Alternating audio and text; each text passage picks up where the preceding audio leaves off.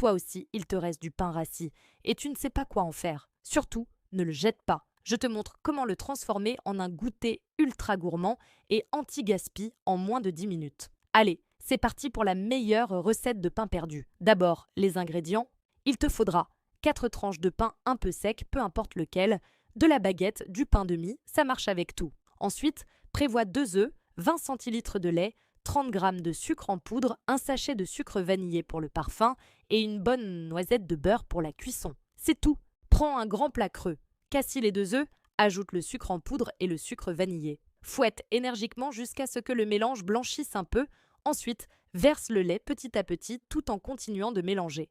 Ta préparation est prête, c'est aussi simple que ça.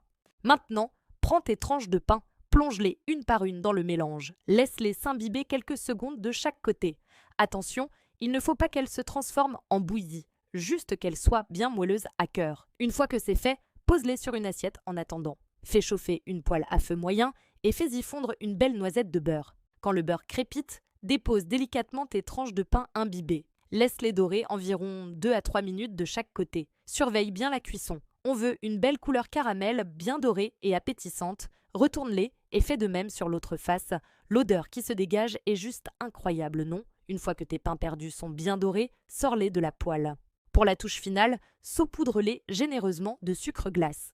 Tu peux aussi les servir avec des fruits frais comme des fraises ou des framboises, un filet de sirop d'érable, de la pâte à tartiner ou une boule de glace à la vanille. C'est un pur délice. Et voilà, ton goûter réconfortant est prêt.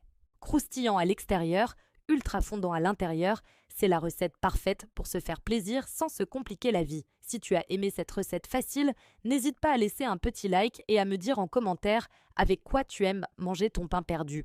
Abonne-toi à Recettes Faciles pour ne manquer aucune de mes prochaines vidéos gourmandes. Merci d'avoir regardé et à très bientôt